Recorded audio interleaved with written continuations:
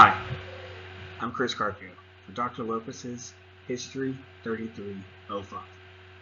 Modern sports is one of the most important forms of entertainment across the globe.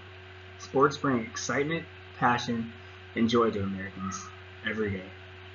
But in the 1930s, America was dealing with the aftermath of World War I and the start of the Great Depression. With times being tough and affecting all Americans needed an escape from the harsh economy, and sports was one of those outlets. With this presentation, I will be spotlighting some of the greats in sports history during the 1930s, including members of baseball, basketball, football, boxing, and track. Hope you enjoy. Babe Ruth, the Great Bambino, America's favorite celebrity during this time frame. Ruth broke many records and is considered to be one of the greatest baseball players to ever step foot on the diamond. He broke molds and increased his salary to $80,000 a year, which was a lot of money in these days.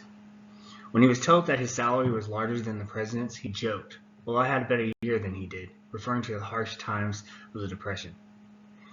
To this day, Babe Ruth is still being talked about in sports, movies, and all media platforms, and is still considered one of the greats in today's game.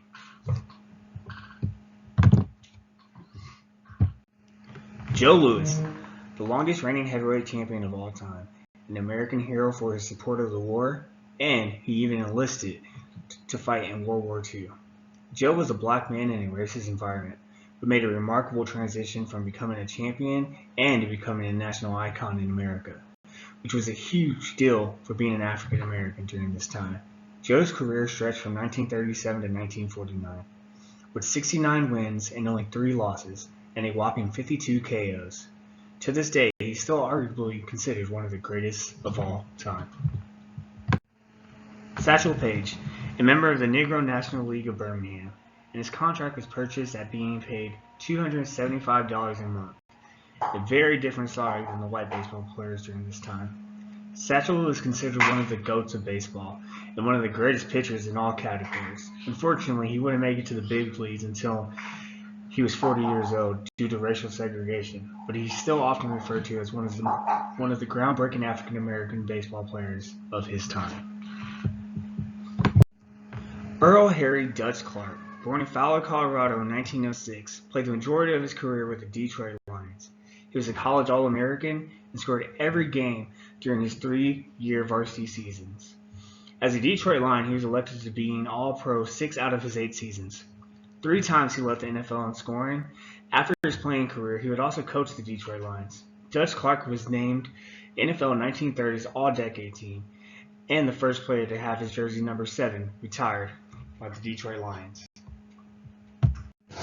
The Notre Dame Fighting Irish, one of the greatest football teams of all time. The Fighting Irish were national champions of 1930 and had a perfect season of 10-0. The Irish were so good they even played a benefit game against the NFL team, the New York Giants, in 1930. Although they lost, they still set the mold for future great colleges teams to come. Knute Rockne, one of the greatest coaches of all time. He coached the Fighting Irish of Notre Dame and won 3 national championships as a coach. He was one of the first coaches to help popularize the forward pass, which is crazy to think about because now it's used every day. His coaching style consisted of short pitches and shuffle passes. He was also well known for his amazing speeches he would give prior to games and during halftime. Northwestern basketball team, the national champions of 1931. During this time, basketball wasn't huge, but still played a role in society, and the Wildcats would prove they were the best in 1930 and 1931 season by winning the difficult Big Ten and then becoming the national champions.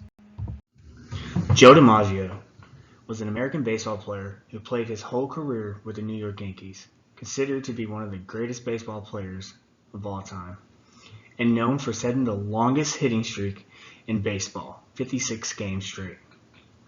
DiMaggio was a 3-time American League MVP and an All-Star for every year he played in the majors.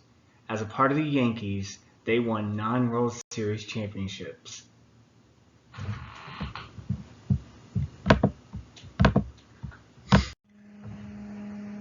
Jesse Owens was an American track and field star who won 4 gold medals in the 1936 Olympic Games in Berlin, Germany, also referred to as the Nazi Olympics, as Adolf Hitler was in charge of Germany at the time.